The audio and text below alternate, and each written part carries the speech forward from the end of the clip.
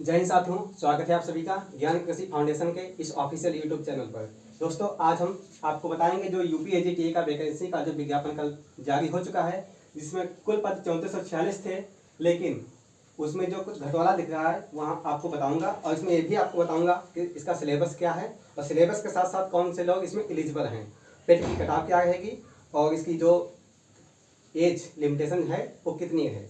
और इसमें आपको ये भी बताऊंगा कि जो इसका फॉर्म कब से अप्लाई होगा और लास्ट डेट क्या है। तो इन सभी बातों को लेकर इस वीडियो के माध्यम से हम डिस्कस करेंगे। तो सबसे पहले देखते हैं कुल पद। तो कुल पद 3446 हैं, जिसको कुल पद को आरक्षण के अनुसार उसको डिवाइड किया गया है। जैसा कि नोटिफिकेशन में दिया है अनारक्षित पद, इसको बोलते हैं जनरल पद। एससी मतलब अनुसूचित जाति, एसटी मतलब अनुसूचित जनजाति, ओबीसी जो पिछड़ा वर्ग है, और ईडब्ल्यूएस ये जनरल का आता है, जिसे 10% दिया होता है।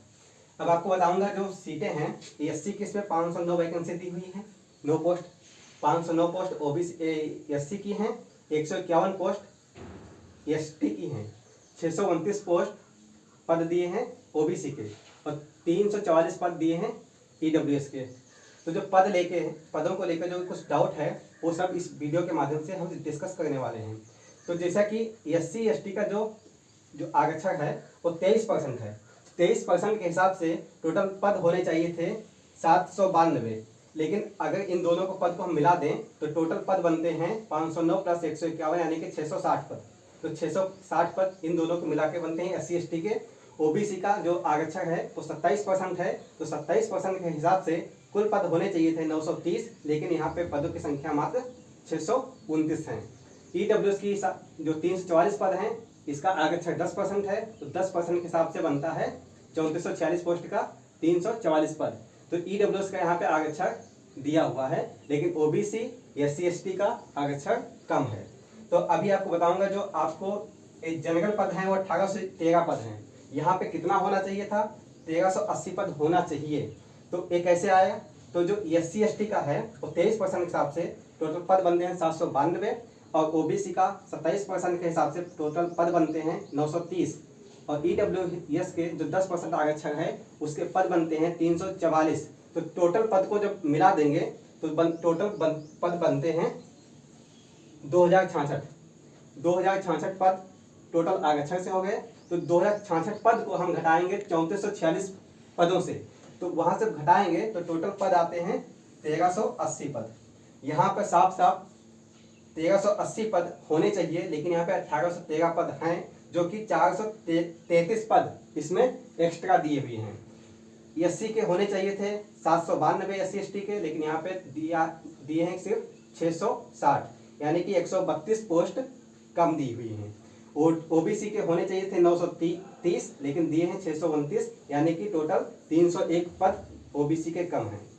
तो इन सभी बातों को लेकर अभी इसमें संशोधन करना है, आप सभी का सपोर्ट चाहिए, क्योंकि अगर इसका संशोधन नहीं हुआ तो ये वैकेंसी कोर्ट में जाएंगी, और कोर्ट में वैकेंसी के जाने का मतलब ये है कि आपको ज्वाइनिंग लेटर जो भी मिलेगा वो आप 2 से 4 साल उसमें फंस जाएंगे। वैकेंसी आपने देखा होगा, जो भी वैकेंसी आप कोर्ट में जाती है तो 4-5 साल उसमें लग जाता है।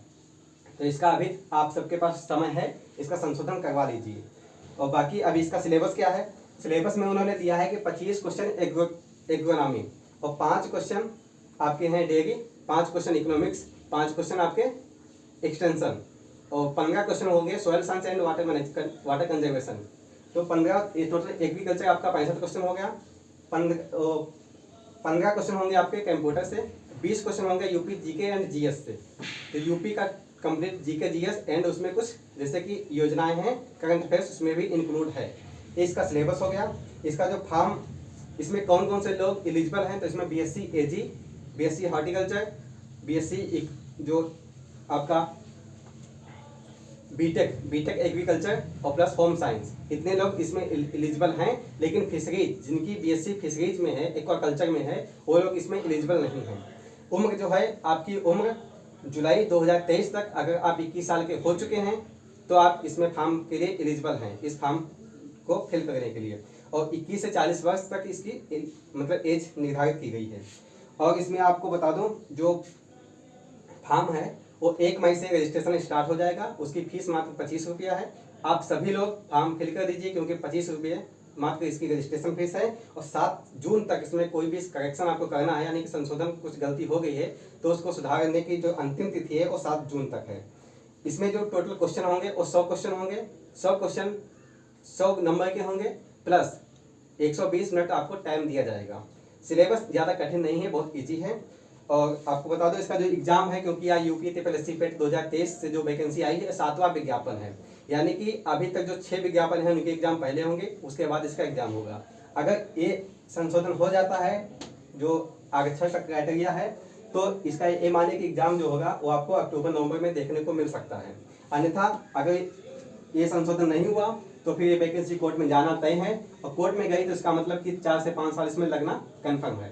तो आपको जॉब समझिए कि मुश्किल ही होगा हाई कोर्ट में गई तो। और बाकी आपको कोई जो डाउट है वो आप कमेंट के माध्यम से पूछ सकते हैं।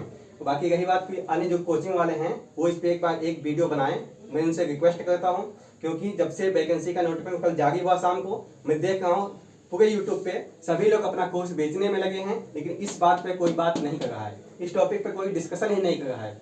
सभी लोग कोर्स बेचना है।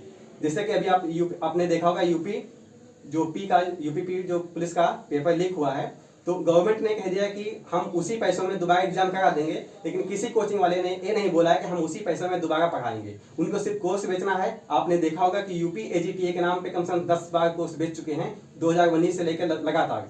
ये भी वैकेंसी का कोर्स बिक रहा है, कल ही सब लोग कर दिए हैं। तो उनको सिर्फ कोर्स बेचने से मतलब है, ये नहीं है कि वैकेंसी कहाँ जा रही है, इसको कोर्ट में जाना है। कोर्ट में जाएंगे कोचिंग वालों को कहीं फायदा होगा, आप लोगों का ही नुकसान है इसमें। तो आप लोग इस बात को ध्यान में रखिए और इसका समय रहते ही इसमें संशोधन करवाने का प्रयास करिए। इसको आप जितना शेयर करना हो कर दीजिए और अधिक से अधिक लोगों तक पहुंचाइए, ताकि उन लोगों तक इसकी खबर हो सके। बाकी जो यूपी ट्रिपल एस के जो लोग हैं उनको मैं बता दूं, अगर आपको ये सिंपल कैलकुलेशन नहीं आती है तो आप इस्तीफा दे सकते हैं, क्योंकि बार बार अभी जितनी वैकेंसी निकाले हैं आप, उसमें से सिर्फ 2 ही वैकेंसी का जो आरक्षण का क्राइटेरिया है वो फिल किए हैं, क्योंकि आरक्षण किसी भीख में नहीं चाहिए, आपने जो दिया है उसको चाहिए। जैसा कि यहाँ पे 10% है, 10% का दिया है आपने, यहाँ 27% का आरक्षण है, यहाँ आपने 18% क्यों कर दिया है? यहाँ पे 23% है, ये भी लगभग 17 से 18% ये भी है। तो जब 132 पोस्ट, हम ये नहीं कहते किसी का घटाइए, सिर्फ यहाँ से माइनस कर दीजिए, जो 334 मतलब 433 पद हैं इसमें से घटा दीजिए और इन दोनों में डाल दीजिए। तो टोटल पद जनरल के होने चाहिए 1380 और ओबीसी के होने चाहिए 930, SC/ST को मिला के 792 होने चाहिए और EWS के 344 पद हैं। तो इस वीडियो को आप अधिक से अधिक लोगों तक पहुंचाइए और मिलते हैं। कोई भी डाउट है तो कमेंट कर सकते हैं, और बाकी आप मिलते हैं नेक्स्ट वीडियो में। तब तक के लिए जय हिंद।